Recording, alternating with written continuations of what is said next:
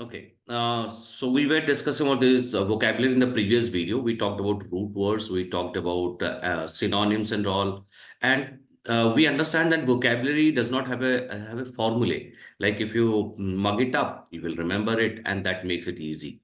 Vocabulary has to be done on a regular basis if you're looking at you're solving questions. And my advice has always been that do not mug up words because mugging up words will be futile.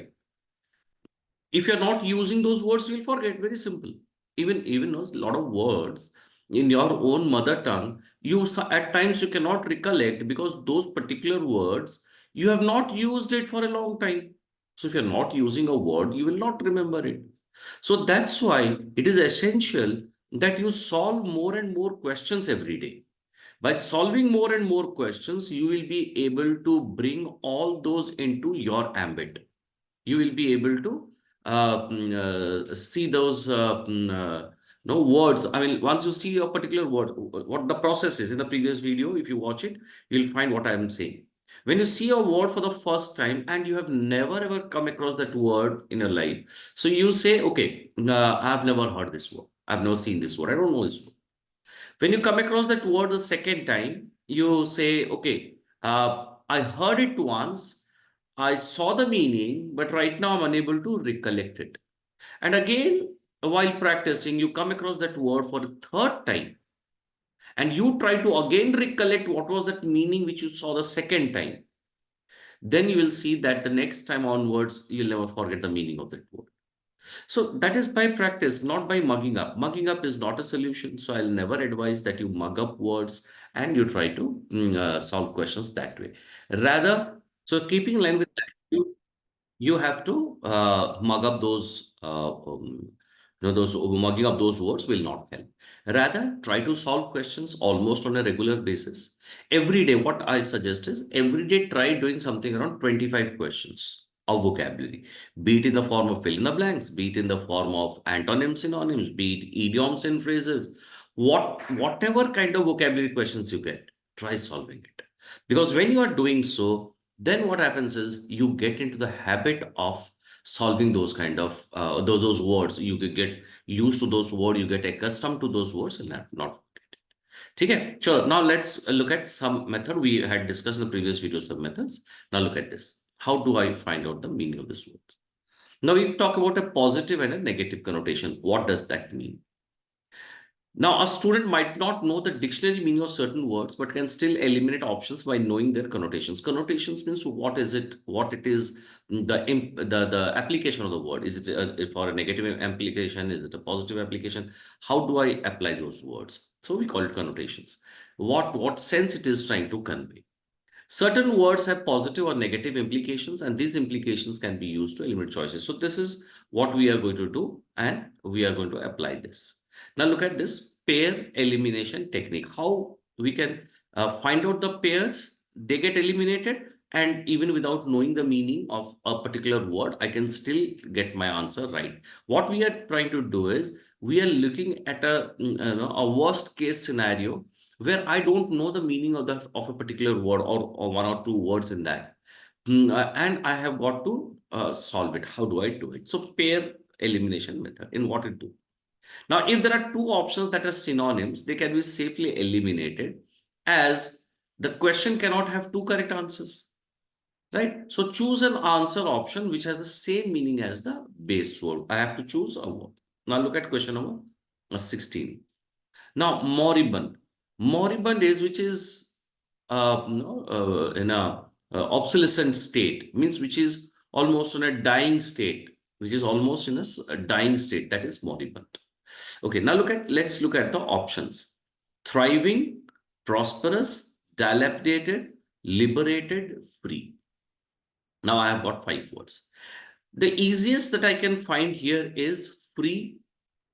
Liberated. Liberated means again, we have no, free from something, that is liberated. So now 4 and 5 becomes synonymous.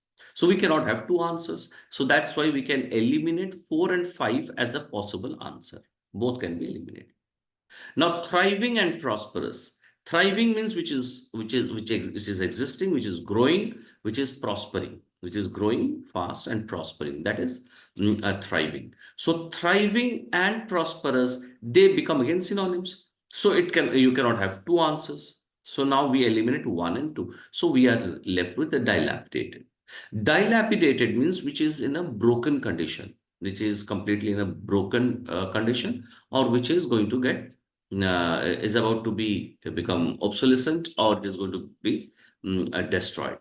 So moribund is something which is in almost in the dying states, and dilapidated is also which is it is going to break down and it is going to be broken. So that is again a moribund state. So that's why, without even being very clear about the meaning of moribund or dilapidated, I'm easily able to eliminate, because I know liberated and free are the same thing. So I eliminated.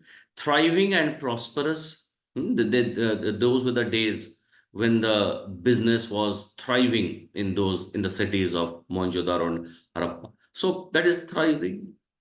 Prosperous, say there was a lot of prosperous port cities. So now prosperous we are talking about. So thriving and prosperous, both are synonyms. Liberated and free are synonyms. So two pairs are eliminated. I'm left with the word dilapidated. And that is the meaning of them. Clear on this?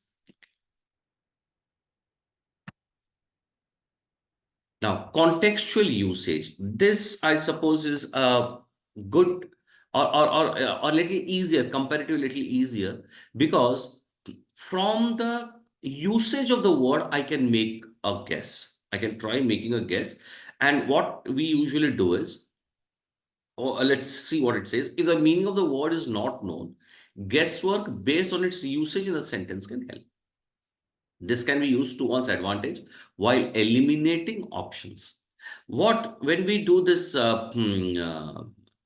contextual usage questions, what we do is they ask what is the meaning of this word with a reference to the passage, or what is the meaning of the word given in italics, or what is the meaning of the word given underlined or given in bold. Like this, they will ask you. Now, when you see such a word, generally what we do is in the exam hall, we tend to directly go for the answer without even going back to the context, without even going back. I've talked about this in the previous video also. Without going back to the context, what we do is we immediately try to read the four options or the five options given and try to answer the question, because that is obvious, because time is at a premium and time is running short and you have to complete it within the stipulated time period that has been given. And there you once you see a word, yeah, I know the meaning of this word. Why should I go back to the passage and try to invest some 10-15 seconds? That will take 10-15 seconds, because it is given in bold or in italics or it is underlined. So you don't have to search the entire passage where it is. It is there. There will be some 3, 4, 5 words which will be underlined or bold or italics and all. So out of that, you can search easily. So, but still, no, you have to read that sentence in which it has been used. So you're investing something around 10, 12, 15 seconds investing. And you might be tempted to think that why should I do this? Rather, I will save time and I'll know the meaning and I'll take. But there is a caution. I like to caution you. मैं सावधान करना चाहूंगा. Because a word, as you have known by now, a word has got different usages. Somewhere it can be used as a noun, somewhere can be used as a verb, or somewhere it can be used as an adjective, somewhere it can be used as a noun or an verb. So it can have multiple usages.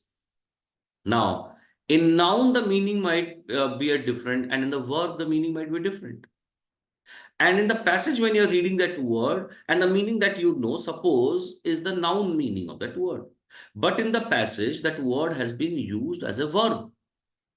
So now you take the option which is based on the noun, and you're confident my answers are correct. But when you finally find out your answer is wrong, and you try to take out a dictionary and confirm it, देखो यहाँ पे लिखा हुआ इसका meaning ये है, सही है and all that. But my friend, it was asking for a verb meaning, not the noun meaning. Got it? So that's why contextual vocabulary, I have always advised that invest the time. That's why I'm using the word invest. I'm not saying wasting. Invest that 10-15 seconds, read that sentence, come back and answer, because it is worth it, because the 10-15 seconds that you invest, that improves your accuracy. So that is better. So select the most suitable synonym for the underlined word in the sentence. The leader summoned the group and told that the time has come to act and not genuflect. It is an IFT 2009 question, as you can see it. So here it says that time has come to act and not genuflect. Now, let's look at the options. Grovel, procrastinate, renounce, incriminate. Grovel is to crawl. Grovel is to crawl on the ground using your elbows or knees when you crawl the ground, the way babies do, or you might have seen this in movies. The army guys, they crawl with the elbows and all that. That is groveling or lying on the ground. Procrastinate is people who waste time in taking a decision. Those who waste time taking a decision because they're scared of taking a decision. So we say they procrastinate. They don't take decisions for the fear of being judged or for the fear of being wrong. So procrastinate. They waste time. Renounce is to give up. Renounce means to give up. Incriminate means on the basis of which someone can be charged for a crime, or the basis of which an evidence on the basis of which someone can be charged for a crime. So incriminate. Incriminating documents were found from his locker. So like this kind of, we use it. Now, look at the sentence. The leader summoned the group and told that the time has come to act and not genuflect. Means कुछ करना है. अभी वक्त आ चुका है कि हम कुछ करते हैं, ना कि मस्काबाजी करते हैं. Genuflect, my friends, is to kneel down and touch your forehead on the ground. That is known as genuflect. The way we usually pay our respect in temples before God, the way we ought to be before our elders, the way we pay our respect, where we kneel down and we touch our forehead on the ground. So that is genuflect. And here, if you look at the sentence, the word here means that don't try to do some canvassing or buttering and all that. It is time to do something and not buttering. Now, procrastinate cannot fit in there. Renounce is to give up. Incriminate, again, which can be some evidence on basis of something, or someone can be charged. So it is grovel. Grovel is also crawling on the ground with the help of your knees and elbows, and genuflect is the same. So that becomes the synonym of the word grovel. The of genuflect is grovel, right? Now, 18. The stentorian honks of the marching fleet could be heard for miles. Now it talks about the honks, loud sound of marching fleet. The fleet was marching, could be heard for miles. Means here, my analysis says probably it is talking about some loud noise or loud sound, because it is talking on the marching fleet, and it says it could be heard for miles. Let's see. Rhythmic. Rhythmic means which is in rhythm. Taal mein. है ना बोलता ना? Taal mein. So in taal. Obviously, this is something which is might draw my attention, because it talks about the marching fleet, and rhythmic might be they're marching in a rhythm. Euphonious. Again, I had mentioned about if you remember, we discussed about this root words. Now, my friends, here EU is a root word which means well. Good. Phono, Phono. Phono means sound. So telephone has come from this word phono. So a good sound, a sweet sound, a pleasurable sound is euphonious. Blaring means loud. Blaring means loud. Subdued means to be repressed. To be repressed. Daba ke rakhna. So it is subdued. So now looking at these 4 options that we have. So blaring is a loud noise, or the loud sound. And here it also says the stentorian honks of the marching fleet could be heard for miles. So it is a loud noise. The stentorian honks means the blaring honks sound of the marching fleet could be heard for miles. So our answer is blaring, option 3. Right? Now, mark the option which is synonymous with the highlighted word or words. The director looked very animated while explaining the comic scene to his actors. Now, comic scene. Look at this word. This is a director of a probably movie or whatever. And it's a comic scene and he's describing to his actor. So obviously he will be in a very jovial, humorous mood, or he will be very excited, happy state because it is a comic scene. So, and the director was explaining it to his actor. So something on that lines we'll see. So disapprove, well, that's a negative word, approve, disapprove. Dejected, again the same thing. I mean, like, again, a negative word. Lively could be very excited, very lively could be. Childish, but how can a director explain his to his actors the comic role in a childish tone? Animal-like, well, he cannot explain in an animal-like manner, so eliminated. So we are left with the word lively. Now, this word lively, this word which we have anim, know this word anim is a root word for life, for life, li life or lively or alive, right? So from this root word anim comes the word animation. You know these animation movies or animation you see. Animation is where you have this pictures, and pictures are made to are put into motion as if those pictures are living or the images are living or lively, right? Like you would have definitely watched Tom and Jerry, the most famous one. You would have watched this Donald Duck. So they are very famous cartoons, and you're seeing these images. You feel that as if actually there are some living creatures who are there and who behave in this manner. So imagine the kind of animation they have done. So putting a life into those pictures, making them come out in life, or being it's showing them as alive. So that is animated. So that's why here it is lively. Because again, we understand disapprove and dejected. These are negative words, so we can eliminate it. Cannot be animal-like. How can he explain the comics in an animal-like manner? And obviously, he has to is a director, so and they are actors, and he cannot be childish. So he has to be serious. So that's why it is lively. Question number 2. The pop group, the Beatles was dissolved and the members went ahead with their career. Now it says, I don't know the meaning of dissolve, but it says the members went ahead with their career. Now, if they're part of of a rock band, then they moved on with their career means dissolve something. We know dissolve is, I understand, guys, it's a common word. The salt gets dissolved in water and all that, that. So means it loses its identity or it disintegrates.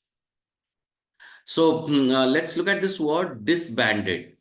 Disbanded seem to be because it is a pop group, so it's a band, and they disbanded. So they broke away from the band, could be. Dismissed. Dismissed means to reject. So this dismissed cannot be. Discarded, again, which is thrown away because it is discarded, not useful. Abolished. The pop group was abolished? No. So it was abolished means to ban something, and relegated, to put into. So relegated, so cannot be. So now we have this word disbanded because it is a pop group. It talks about here as a pop group, means it's a rock band. It's a band. So that's why we can go with disbanded. Am I clear? Then the editor vehemently opposed the charges of bias in his vehemently opposed. Opposed bol raha hai. Opposed bol raha hai. So it has to be something. And charges of bias in his articles. So there is some charges against him. So he will not be very happy like not discuss it. He will be angry, or is opposing it in a very determined manner, in a very strong manner. कुछ भी हो सकता है. Let's see. Strongly, the first word probably says that. Strongly could be a possible choice. Could be a possible choice. Docile, not there's no like docilely. Huh? So docile, but yeah, you can use docilely because again, for writers, you can have this a little bit of no margin. You get a little bit of discount as far as following rules of grammar is concerned. So docilely means in a very tamed manner, बहुत ही tamed, पालतू manner, बहुत अच्छा बच्चे की तरह, that is docilely. Mildly, so he says the word charges of bias and mildly, I can eliminate. So he would have done it strongly, docilely.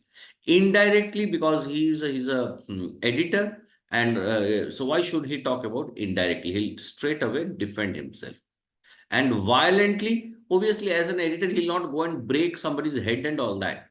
So he cannot oppose the editor opposed, vehemently oppose the charges. So he is opposed. So he will be opposing in a very strong manner, determined manner, something like that, but not in a violent manner. So I can eliminate it, and that's why we left with option one, and that is strongly. So violently here means strongly.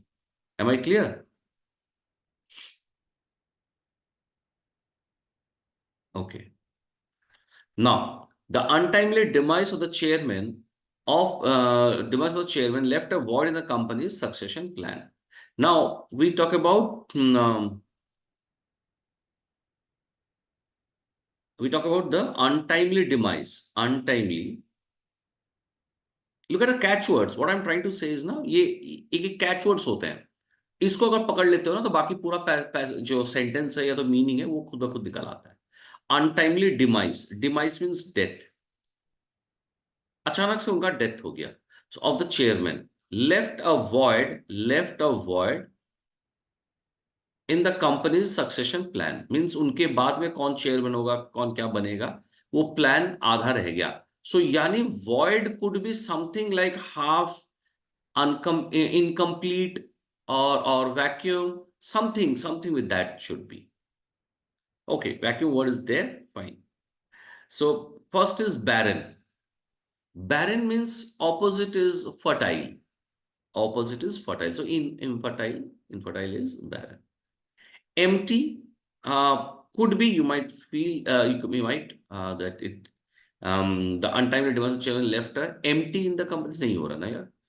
Empty left a empty नहीं हो रहा. So नहीं हो सकता. Left a vacuum. Left a vacuum. The chairman left a vacuum in the companies. Vacuum means where that nothing exists. कुछ है नहीं. So seems to have left a gap in the company's succession plan, but it says untimely demise, and it left a void. Gap, it cannot be because with the demise, there is nothing like, so someone is, something is missing because it was untimely demise, untimely death. So something was not done, right? And room. So can be. So here it is left a void, and void means vacuum. Am I clear? So that is how we do these questions. Then truant. Truant means which is uncertain, which is not clear, which is not clear. See guys, what you can do is, you can pause the video, you can read the words, read the option, try answering it, and then again you can cross-check by again playing the video. So if what you thought or your answers that you tried, did you get it right? You can do that. Right at the beginning, you can pause the video, tick your answers, tick your answers and all that, and then you can switch on the video again and you can see the recording. You can see the recording and check. Okay, so truant is one who is not serious about things. So it is a truant. Present, no. Inconclusive, one who cannot take a decision, indecisive, inconclusive. Uncertain, yeah, not sure, uncertain. Malinger, we understand is bad, so one who defames or something, malinger. Maligns. Acceptance, again, truant is not acceptance. So it is uncertain. Clear?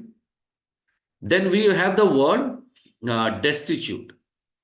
Destitute means one who is um, who does not have any support, one who is poor, one who lacks any kind of financial or physical support. That is a destitute. So here, unlucky or destitute is unlucky. Now, the synonym is not unlucky. Penniless, yes, because poverty or poor does not have destitute, does not have any money. That's why he's a destitute, living off the streets. So penniless could be. Lavish is antonym for that word and not a synonym. So lavish is an antonym. Then prosperous is also an antonym, so it cannot be. So that's why it is synonym is destitute is penniless. Then zenith. Zenith is the topmost point. Is the topmost point. Now here, if you look at this word zenith, the first one is tier, हार देना, nothing like that. Depth तो नीचे होता है, ऊपर नहीं होता है. Pinnacle could be a possible one. The topmost point is known as the pinnacle. Could be. Nadir is just the opposite of pinnacle or zenith. That is the bottommost point is nadir. Nadir is the bottommost point. As the topmost point we call it as pinnacle or we call as zenith. So the bottommost or the lowest point is known as the nadir. And trash is garbage, so it cannot be. So that's why we have this word pinnacle. Clear? Then agile. Agile is one who is swift or fast. One who is swift or fast is agile. So nimble is also one who is fleet-footed or one who is very quick, very quick, not the lazy, sluggish, slow kind, जो बहुत fast चलते हैं, move करते हैं, इधर उधर भागते रहते हैं, you know, active people who are very active, that is nimble. Could be a possible choice. Aggressive, no, because agile is active, not aggressive. Malign, again we did. Guys, know this root word which I have always told you, wherever you find the word L, M-A-L, it means it is bad. The way we discussed that Ben, wherever you find the word Ben, Benny or Bon, it means good.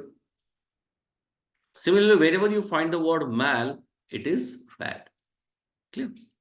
Then tepid means which is warm, not too hot, not too cold, tepid. So it is that. And apathetic. Apathy, one who is not bothered, unconcerned, that is apathy. Then lackadaisical. Lackadaisical is one who is not interested in anything, who is very casual, callous, casual, not interested, very, very disinterested in things. Ebullient is an opposite. It's an antonym, not a synonym. Mercurial means one who is very angry, short-tempered. He's known as mercurial. अचानक से गुस्सा हो जाना, flying into a rage. So that is. Lazy, yeah, could be a possible one. Delightful, again, is a positive word. So it cannot be. The way ebullient cannot be, delightful cannot be. And energetic, again, is an antonym of that word. Lackadaisical. So we can eliminate this. Right? So this much for today's video. Please keep watching those videos and do it on a regular basis as I have suggested. Vocabulary cannot happen in a day or two. Vocabulary is a process, and if you don't follow the process, you'll not be able to master vocabulary. Right? So in the next video, we'll discuss many more words. We will also be discussing idioms and phrases. We'll be discussing fill in the blanks. A lot of things are there ahead. Right?